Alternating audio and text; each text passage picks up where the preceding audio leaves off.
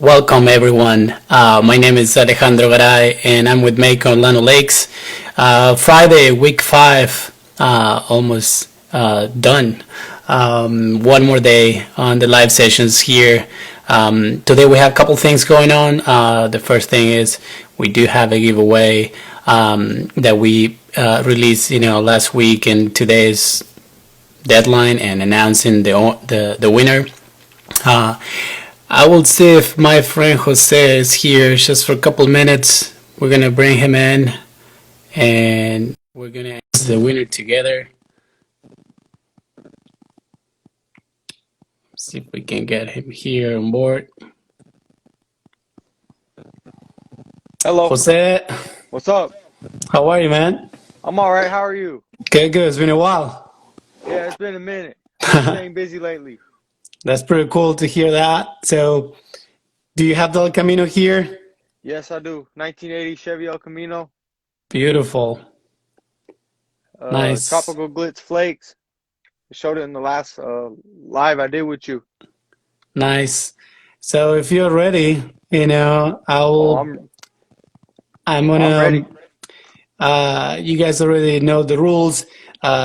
8 p.m. was the deadline at that time. Any other comments, is no part of this.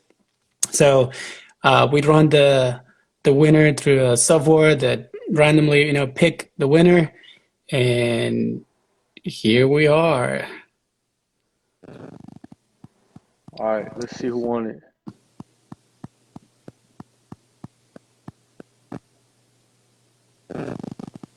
So D Stake 214. I All think right, his all name right. is Tony.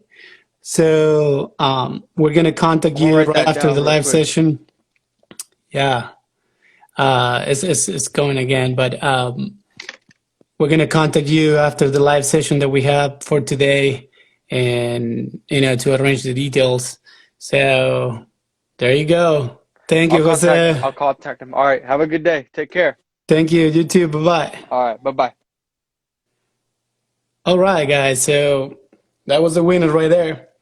So if you're watching, just communicate with us, or we're gonna communicate with you just to arrange how to get to the El Camino.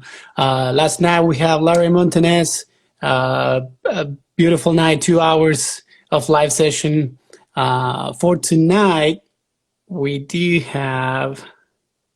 Let me find him here. Our guest tonight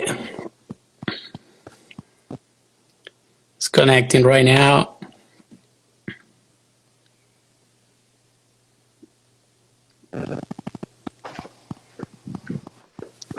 Hey Ron, how are you? Hey, dude. You get, you ready? You need a second? Yeah, yeah. Beautiful.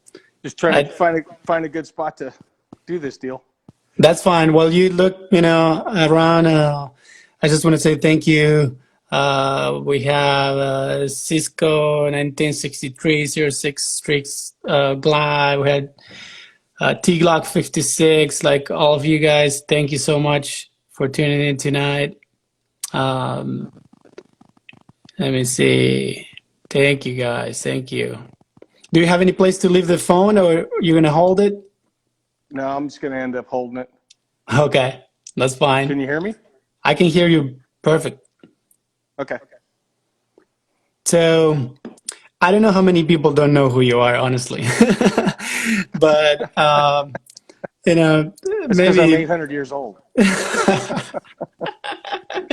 Well, no, we're gonna show in this live session why. Not because of that. So, if you want to introduce yourself, want to let us know a little bit about yourself, and how are you related to the automotive industry? Oh my God. A little bit, a little bit. That's that that's a long story. I I started drawing cartoons and stuff when I was in elementary school. My grandmother taught ceramics. So I was at the kitchen table at 5, 6 years old, and she would teach me how to mix colors together and how to do shading and stuff like that. Well, that turned into being a really, really bad student because all I did was draw all day. I got straight A's in math or in art. Uh-huh. The only reason why I passed math was because my math teacher was my art teacher, and he passed me just for shits and giggles.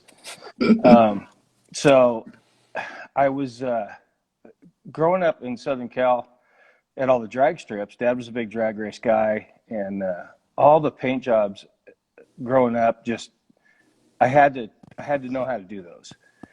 And I was 10 years old, Lions drag strip, standing at the starting line, and Big John Masmanian had pulled his funny car up in front of me, candy apple red, gold leaf turned, just this badass car. And I thought, damn, I need to know how to do that stuff. And I was 10. So I was vandalizing bicycles and skateboards and doing all that stuff with spray bombs. And then I went to, my dad was a contractor, and I went with him to the yard one day, and he was going to paint a bunch of dump trucks. And so we get to the yard, and there's a chain link fence, and this dog is barking like crazy on the other side. So I'm over there throwing rocks at this dog, and Dad starts his compressor up, and he starts painting this dump truck. And I turned around, and I said, damn, Dad, let me do that. So he says, have at it, man. There's like 20 gallons of paint in the back of the pickup. Do whatever you want to do. So I was like 14 years old. So ever since then, I just wanted to paint stuff, whether it was cars or custom stuff or whatever. That just pulling the trigger on stuff and putting color on stuff was just amazing. So I just gravitated towards that. I mean, I skipped out on baseball and doing a bunch of other stuff, going to Disney as an animator, and I just wanted to paint stuff, and I just wanted to paint race cars. And taught myself how to pinstripe and letter and airbrush and all that, because growing up, nobody would teach you nothing. You had to learn all this stuff on your own. And so, you know, making all the mistakes all them years, it's helped a lot for, I was a production painter for almost 30 years. So learning the speed during the day, painting cars, helped me do my custom stuff fast, and blending candies and pearls and all that stuff together helped me tint stuff during my day job. Mm-hmm. So it was a really good mix of stuff. And then it's been 45 years of practice, really, is what it boils down to. Yeah, So, you mentioned that before to me, and that was amazing. So we're going to go, back and forth on the future, the past, yeah. Everywhere. So I remember seeing one of your posts. You say this is what happened when you leave a senior alone with crayons. Yeah, that was my kid's back fender. I think I do. I don't know if it was this one was. No, it was the back fender on my kid's bike. This is what happens when you leave senior citizens alone with crayons.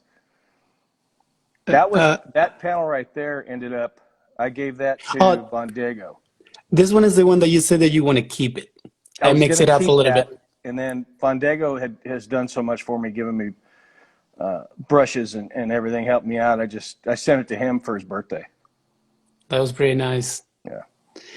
Yeah. So when I see stuff like this, I'm not in this part of the industry. So to me, everything looks like completely insane and crazy. I have no idea where you even start, to do something like this. We have, a couple custom painters, and, they help me, to understand the process like this. And something like this, can you describe a little bit on the process without getting too deep in the process, like from start to finish? Most of the time, well, if I'm doing like that candy red bagger I'm doing right now, the customer he's a big fan of red and black. And he had a picture of a bike that he thought was pretty cool. And I don't copy anybody's stuff, but he liked the colors on it. So I just kind of, baggers are, when you're doing motorcycle stuff, everything has a shape to it. Okay. And instead of paneling stuff out, I just try and accentuate the body lines a lot of the times, and go off of that and feed off the body lines that you're given. And try and keep some sort of balance to the paint job. Now, when I'm doing like that little surfboard and some of this other stuff, you don't have to have the flow, and you don't have to have, I don't even know how to explain it. When you're doing motorcycles, you can cut it up or you can have a flow to the bike, one or the other. You can't have a cut up panel job. Correct. It doesn't look right. So you try and stay within a couple different shades of one color a lot of times, and then have an accent color, and don't get really crazy with your pinstripe colors unless you're going for full impact. And I'll show you what I'm talking about. Yeah. So this right here, you've got oranges and greens and blues and pinks and stuff like that. Well, if you want big ass impact, you put green up against orange. Correct. Because it's really, really visual. Most of the time, I try and keep within a certain, I don't know, a certain box of colors. So this one, when I did my bike, it's basically just oranges and some yellows and some candies and some flake and stuff, and then all the airbrush work is all flat. So using different textures and different just different backgrounds and stuff like that, that's what I try and work towards, is still having the balance but having something pleasing to the eye without knocking your teeth out. Because a lot of guys get too far past sometimes and put way too much stuff on, and they should have stopped like a day prior before they put those other three colors on there. So it's trying to, 45 years of doing this stuff, I kind of have my colors that I like, the yellows and the orange fades, and I got that from Bill Carter. Bill Carter was like the king to me. It started off with Watson, and then Carter and Dick Vale, Art Hemsel. I love the old guys, and then I got some of my favorite guys like Pete Santini and Mitch Lanzini, who does a lot of stuff with Chip. Great friends, great painters, but they all have that really clean, super nice, complementary colors that go with what they're working on. So it's kind of like in other industries, I can think of like in music or like making a song, like you have to know exactly where to stop, Right. right? Or Right. mixing a song, Right. like you gotta know Exactly. where to, Exactly. and that has been, it's something that one day you realize that you want to keep that box of colors. It's been like that Right. from the beginning, or it's something that you have like since forever, or you learn, with the years that it's better kind of less sometimes. And I had a guy, Jim Moser, who is one great friend, phenomenal, probably the best sign painter, stripers. Him and Mike Kleins helped me out immensely. Moser, when he seen one of the race cars that I'd lettered, he said, "You should have stopped about an hour before. You had it up until then, and then you lost it." He says, "You need to slow down, step back, look at your stuff, and know when to stop." And I didn't really take that to heart for years until I started seeing some of my old stuff at the racetrack or something, like, God dang, who lettered that? And I'm like, oh shit, hope nobody knows I did that. So, I mean, you got to listen to the old guys, man. We've already been there. We've already ruined that. And it's fun teaching guys, but some guys, you can't get it in their head that you got to know when to stop, man. You just got to know when to put some clear on it, send it down the road. And I really don't go by that. I end up pinstriping and pinstriping and pinstriping. I don't know when to stop as far as the little detail stuff, but that's just kind of how I do everything. yep. So I have in my head a couple of questions about when did you started to like looking at your uh, job or whatever you were doing, and you step back, like as you say, you gotta step back and look it up, and you were like, wow, this is good. When did you have I haven't that? got there yet. No? Okay. Oh. I mean, I think I've done a couple cool projects. I really like the way my bike turned out. I What did, about the boat? I have some pictures here. What about that? um, You have it there too? I'm Wow. in Mama's garage because I don't get any service out in mine. I mean, this is just stupidity. Both sides are different. The trailer's the same, the engine cover, everything's, dude, the transmission's even painted. So what happened there? You were bored or what happened? That was like a really bad winter. Okay. Really bad winter. It just kept going and going. So I'm like, hey, I got paint left. Where are you located, Ron? I'm in Knoxville, Tennessee. Okay. All right. Yeah. So you've been there like forever or We left California in '93 and moved here. okay. So, and I'm not leaving again. I'd actually moved to Charlotte. I went to work for Sim Products and built their custom paint line in 2003.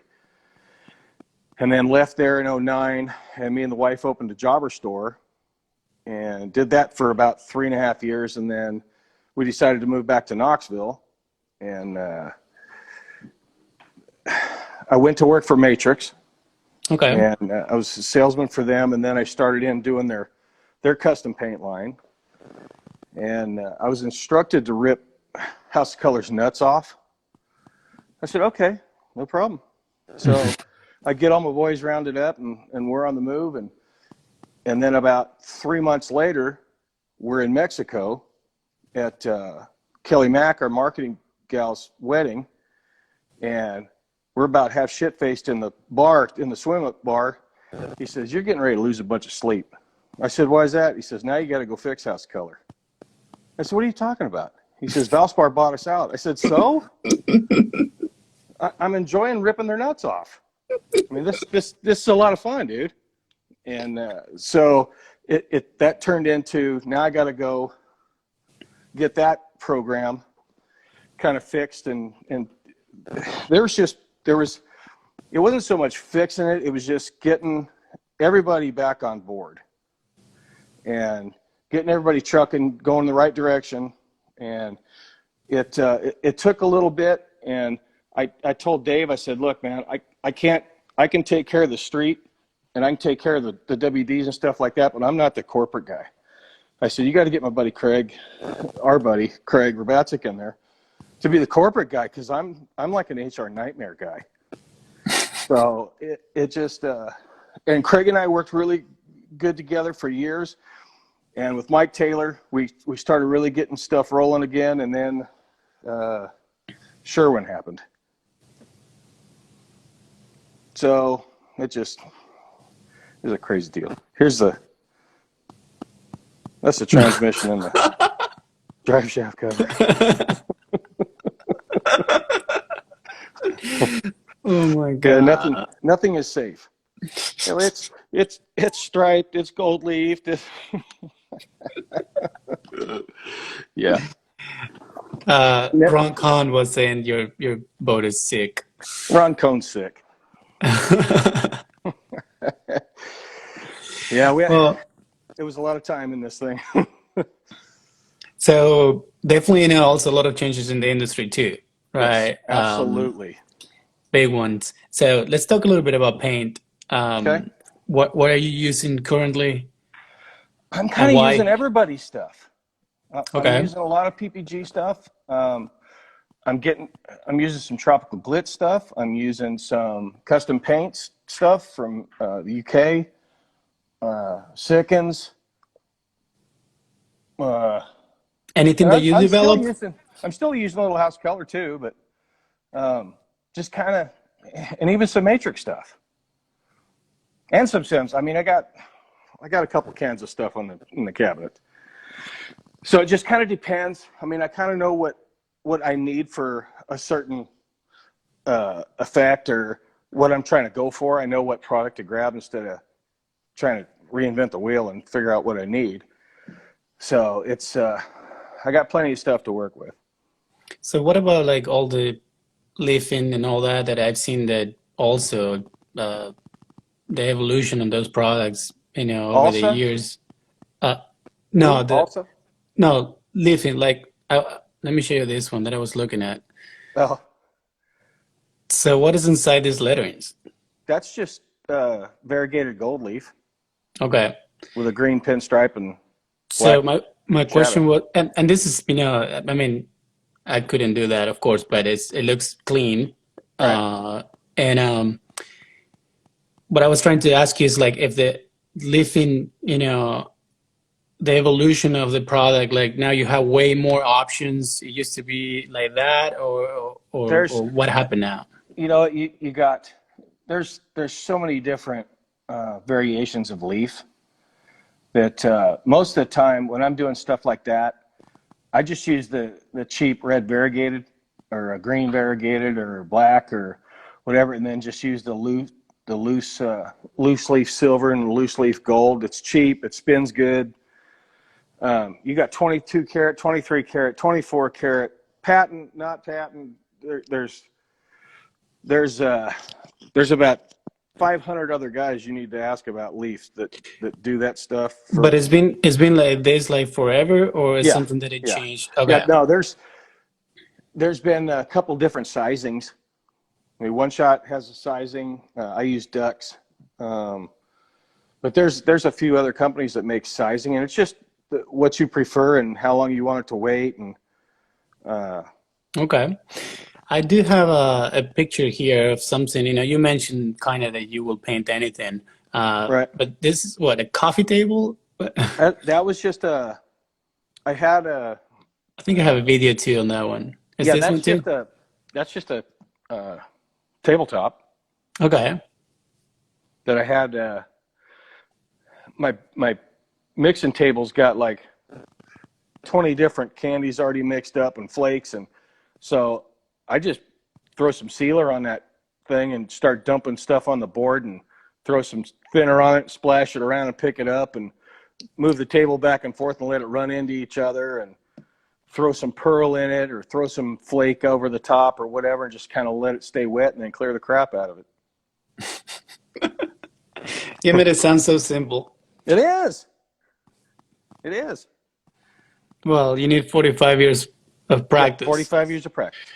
Um, Tell me about this one. This one, the details is like, That was a quickie skate deck that I was doing for actually for this red and black bagger I'm doing. Just putting some different colors together. I like root beer a lot, and mhm. it was. I already had the board flaked and cleared.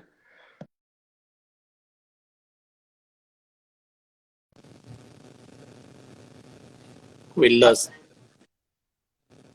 we lost you for a second, Ron. Can you say that again? I use that filigree, that scroll work. I use that a lot on everything, just because it's a cool looking background. Nice, nice, very nice. Um, Tell me a little bit about your your business right now, right? And how Uh, long it's been. Uh, it's something that started a couple years ago. no, I started doing. So I was when I started as a painter in 1975 in body shops. I was already starting to do signs and letter and race cars and stuff like that, and just turned into started painting some motorcycles and doing some airbrush work and stuff like that, and just learning how to do it. In 78, 79, I started doing that. So I was doing all this custom stuff at night and on the weekends, and it just turned into this stuff gets me out of bed in the morning. I love doing this stuff. I love color. I love putting stuff together. So it's it's a pretty big passion of mine, just painting stuff. I don't care what it is. I just like doing this stuff. So I've been painting cars since 75 and started doing the custom stuff in probably 78, 79, 80, somewhere around there. So A long time ago. The Flea's Color Factory, when... So that came from our store that we had after I had left Sim. Okay. So I just kept the name. And that's really not a business. It's just, I just kept the name, and that's what I call my shop. Ron is asking, when is the classes going to start? I can't teach that guy nothing. That guy's a freaking stud, man. Ron Cohn's one of my best buddies. He's one of the most talented. If anybody ever needs a car painted black and you want it perfectly flat, that's the guy. Incredible painter. And it's not so much putting the paint on, it's the time he takes blocking stuff out. He's an idiot. There's no way I could stick a car 10 or 12 times. No, not happening. But he does it, and his stuff is absolutely perfect. And there's a lot of guys out there that are super picky, super anal OCD about how they do stuff. And one of them is Miguel. Miguel and Connie are going to help keep this collision business going.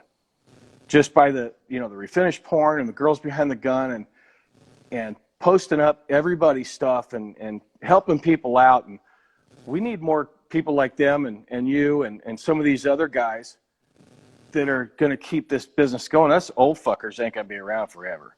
And it's the only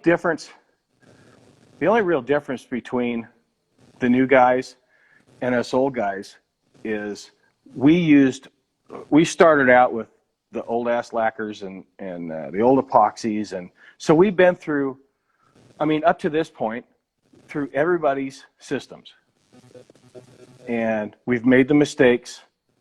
It's just, but these new guys, they didn't have to go through some of the bullshit we did with shitty primers, shitty lacquer primers. God, I learned how to buff in 1976, and you're not old enough to remember this, but we had this old Sioux brand buffer that weighed about 800 pounds. It was like a gear reducted deal. If you got it anywhere near a mirror or an antenna, you were going to die because it was going to snatch it off, and you couldn't get off the trigger fast enough, and it was going to break your arm. Once the cord got wrapped around you, it wasn't turning off for like an hour. But we had to learn how to use that with wool pads, Super Duty 3M, which is basically kerosene and sand, and up against lacquer edges. And then the first all over I did, my boss said it was an 88 Delta Olds, big old freaking land yacht. So we get it in the booth, get it all taped up. We wiped this car down with white gas. You know what white gas is? No. It's the old camp stove gas. Okay. So it smells like you're going to blow up in there to start with. No gloves, no respirators, no nothing. So he's getting his paint suit on, which was just a pair of overalls that were clean. And he grabs this hot plate out from underneath his toolbox. And I always wondered what that shelf was in the booth. And he takes it in there and he plugs it in. I'm like, what the? We got to make some tamales or what's the deal here? So he goes and grabs that can of Dulux, straight enamel. He puts it on that hot plate, pops the top on it, where the lid's just barely sitting on there. He gives me $10. Now, I'm 15 years old. He sends me across the train tracks to the liquor store to get a 12-pack of Budweiser. I'm like, okay. So I get over there, and the guy at the counter says, "Is this for Bobby?" I said, "Yeah." He says, "Okay." So I come cruising back over to the body shop, that 12-pack, and Bob's sitting there, and he's smoking him a Pall Mall, and he drinks like 6 Budweisers.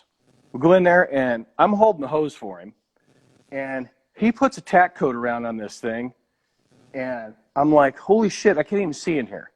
Bink's number 7, about 40 pounds.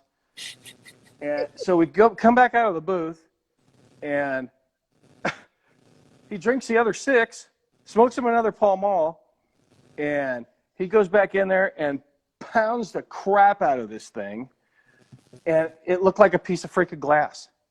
I'm like, Wow. oh shit, that's how you're supposed to paint, with a bandana tied around your face. Okay, dig it. All right, I got this. I mean, it's just the stuff we learned, the guys we learned from. But you know what? That's the guys they learned from. There isn't such a thing as an old painter anymore. They're all dead. And most of them were all lacquer guys. So the industry has changed so much in the last 30, 40 years. It's just the products and everything is just, I think it's easier. Mm-hmm. It's way easier.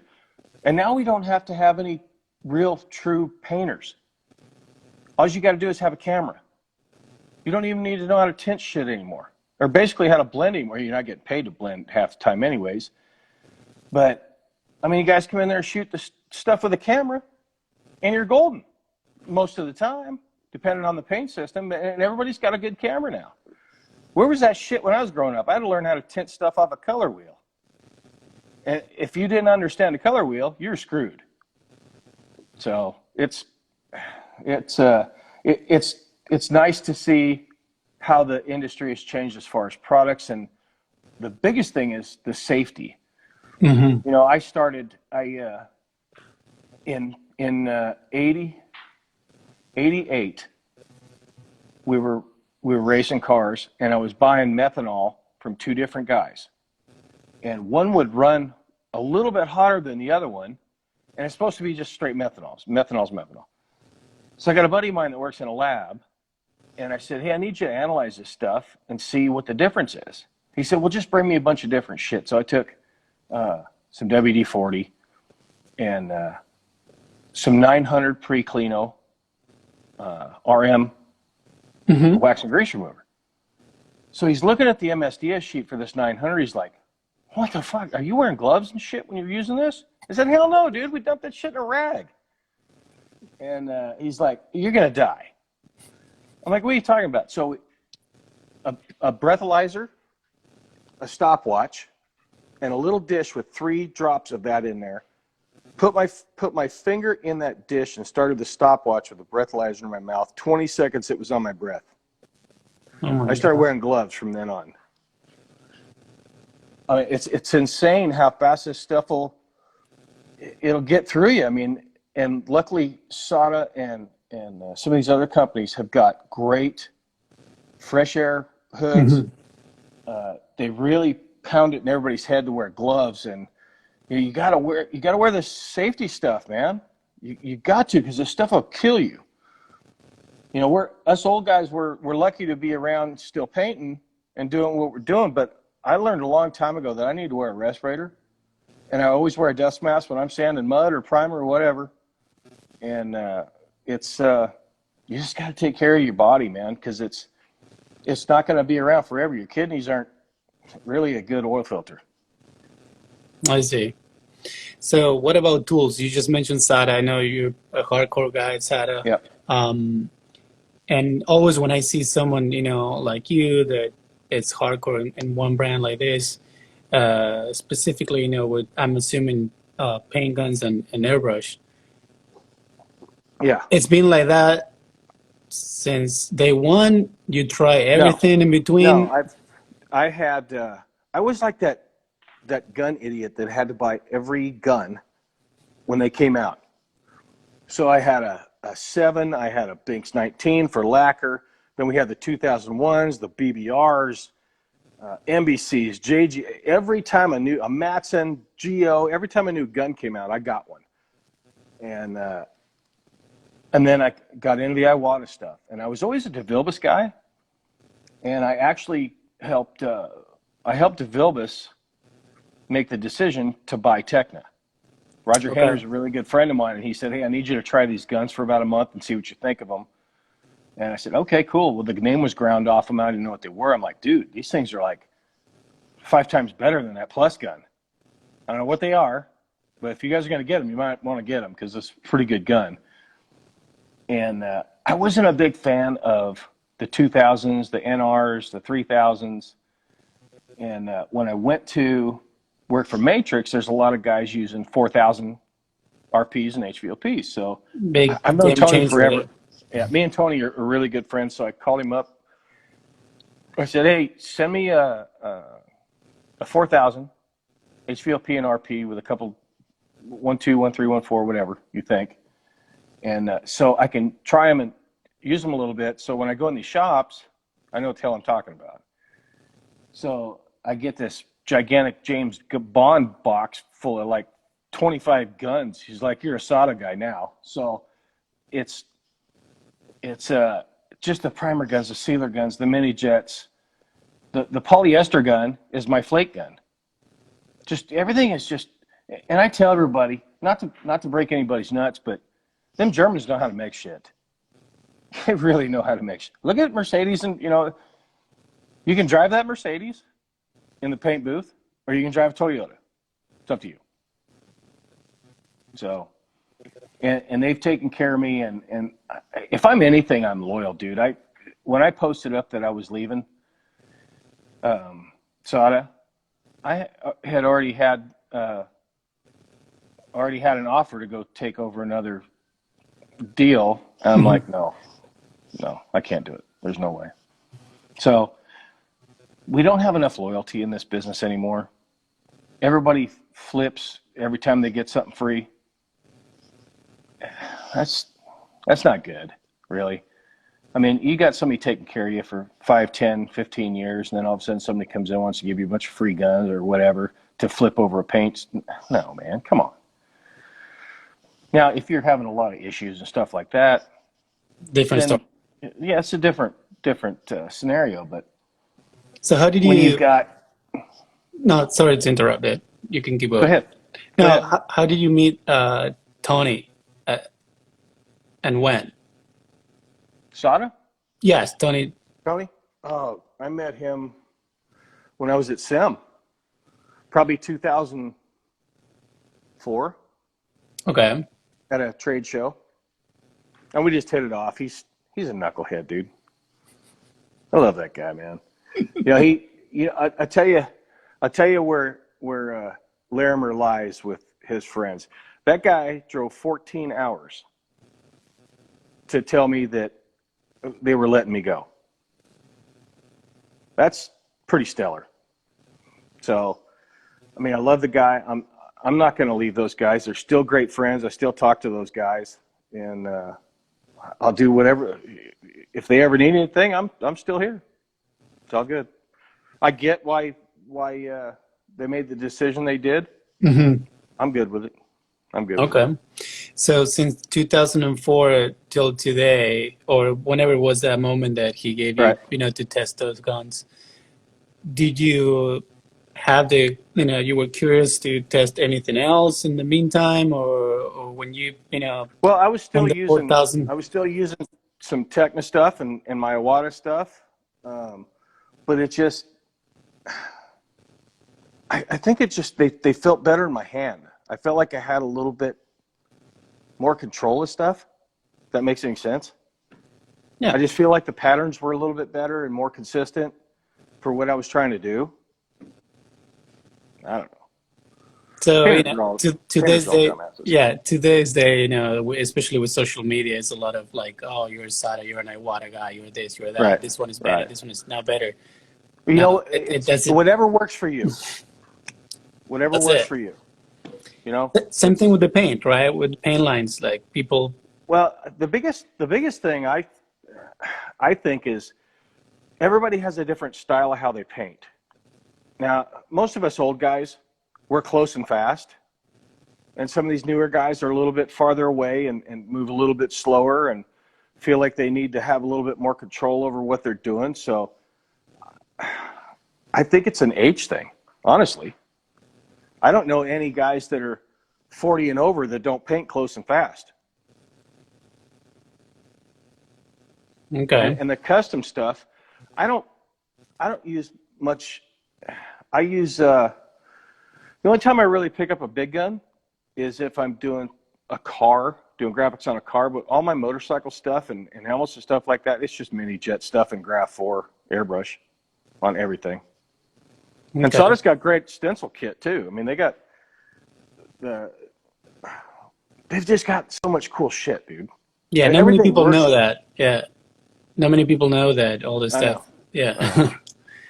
But yeah, they've got skulls and textures, and they got a bunch of really cool stuff. And I think the I have Graph 4 is a magazine. great airbrush. I think I have the magazine here that shows. Yeah, there you go. Right. And they've got big ones and small ones. That's crazy. And that Graph 4 is a badass airbrush. You can do little tiny stuff. I mean, I used to keep a micron around to do the little stuff. You can do all the little stuff with that Graph 4 as well as you can do it with anything else. It's just whatever. And I'm not bashing on them. It's whatever you get used to. It's just like pinstriping brushes.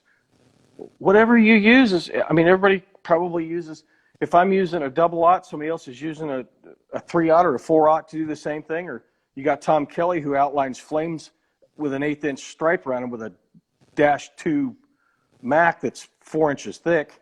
Looks like a mop. The dude can stripe like nobody's business. So, it's coming back a little bit about the details in the type of work that you do. When you're doing it and you keep adding, again, the little details, that it's okay to keep adding the little stuff. Do you think that the customer actually can see them all, and how long it takes a customer to realize, and if they ever realize how many things are on, how many layers of stuff are going on it?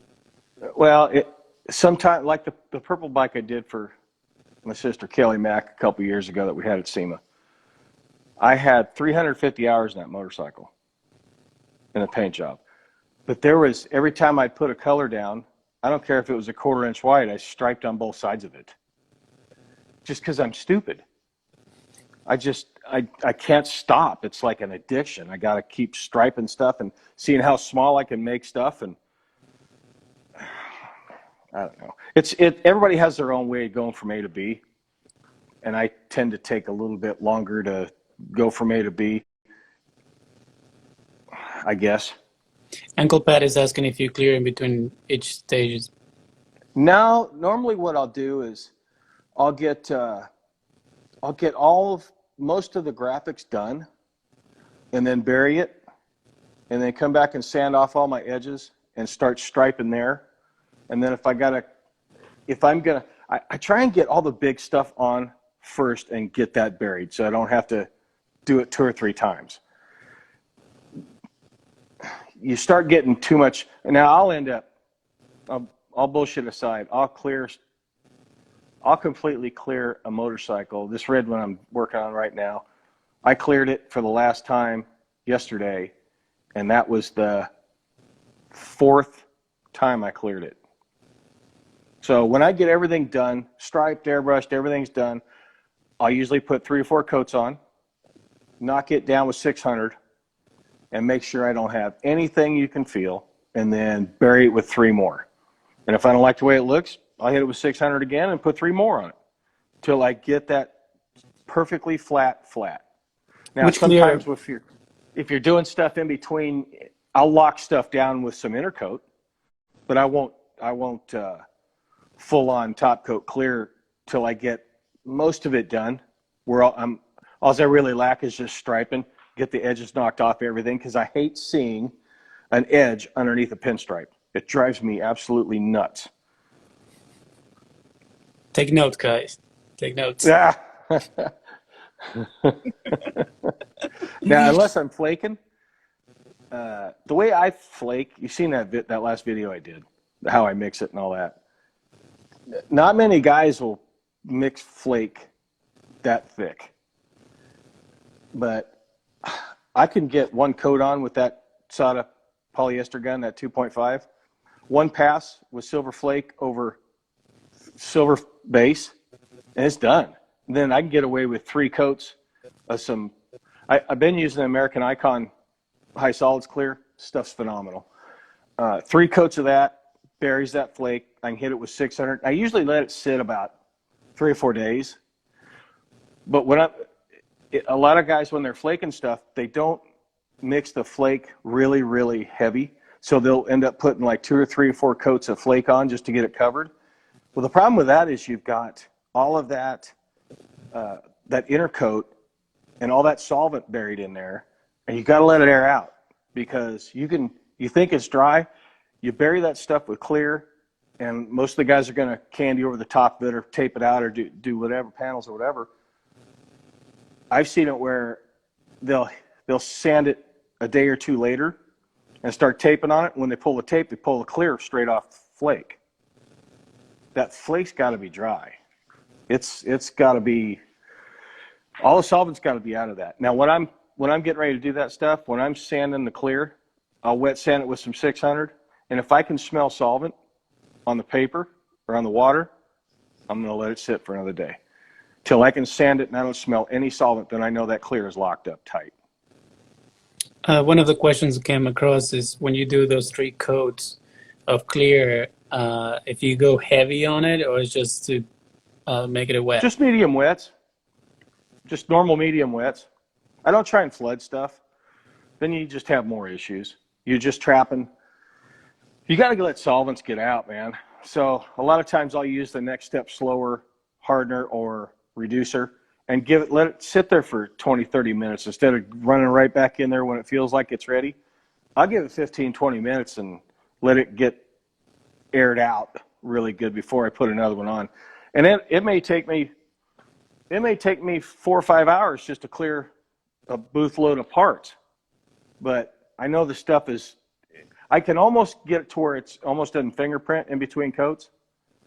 Let it sit that long, because most of these clears now, it's not like the old House of Color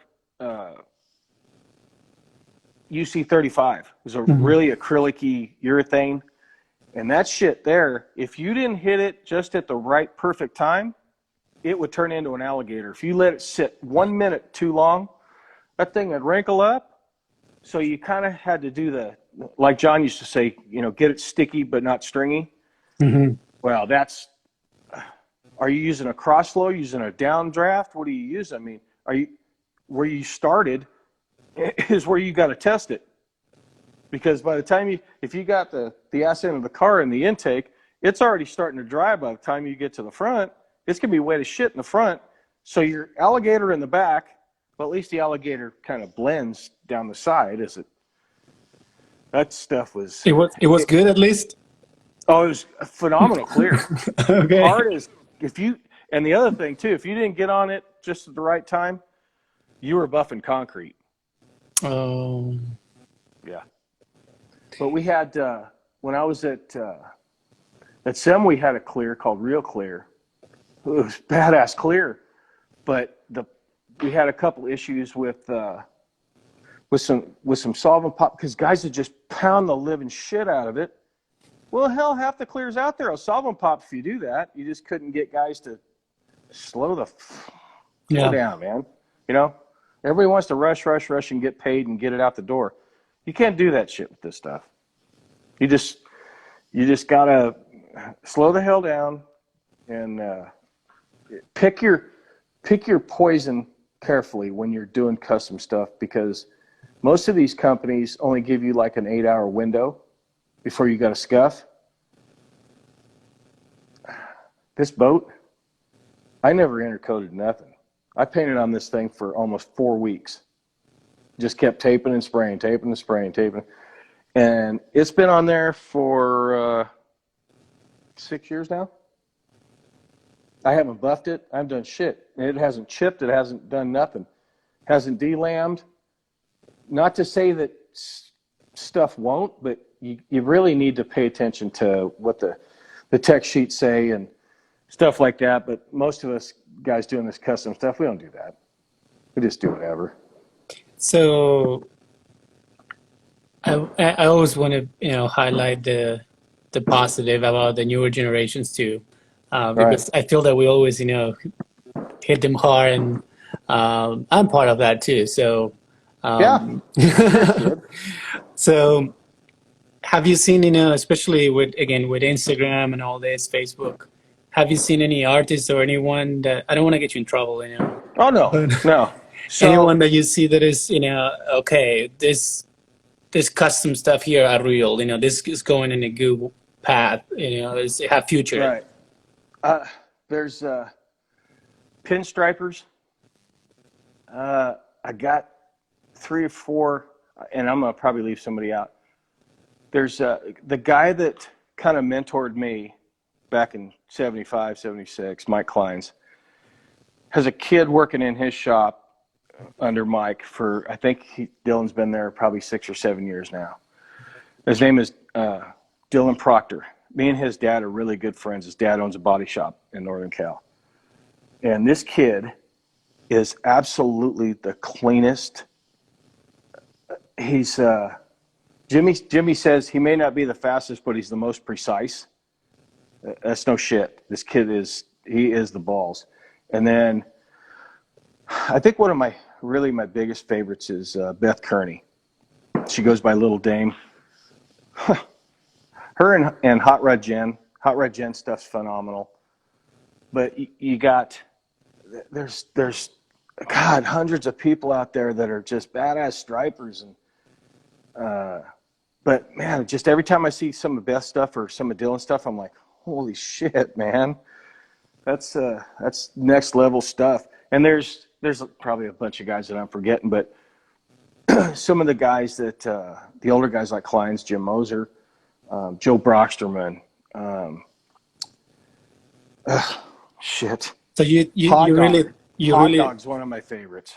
you really think that they're taking it to the next level? It's new things coming up, or, Well, or new techniques, or new what? What do you see? it's not new techniques. Okay, It's just the crisp, precise, just amazing stuff. you thought And that then was possible to push that bar? oh yeah, I mean there's been guys over the years that are just absolutely flawless stripers. Kleins, Moser, Bob Iverson was a good friend of mine. He passed away years ago. Badass striper. God, I'm going brain dead here. No, you're fine. That's um, Airbrush guys. mhm.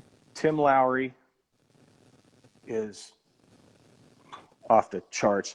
Ray Hill from he's over in God, I'm not going to say it.